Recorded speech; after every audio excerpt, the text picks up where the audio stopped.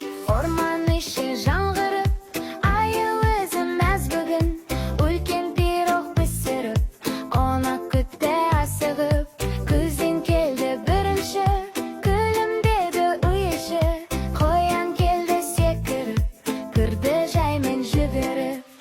Қасқыр келді салмақты, аю қарсы ады, түлкі кірді сүйкімді, амандасты сызылып. Кірпі келді себеппен, базарлығы бар екен, тиын келді кішкентай, бұлғап қолын көңілді.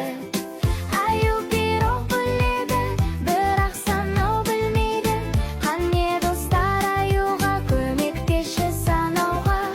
Бірінші күзен, екінші қоян, үшінші қасқыр, төртінші түлкі, бесінші кірпі, алтыншы тиын. Барлық аңдар мәз болып, пирогты да тең бөліп, балалармен санап біз дос боламыз бәрі.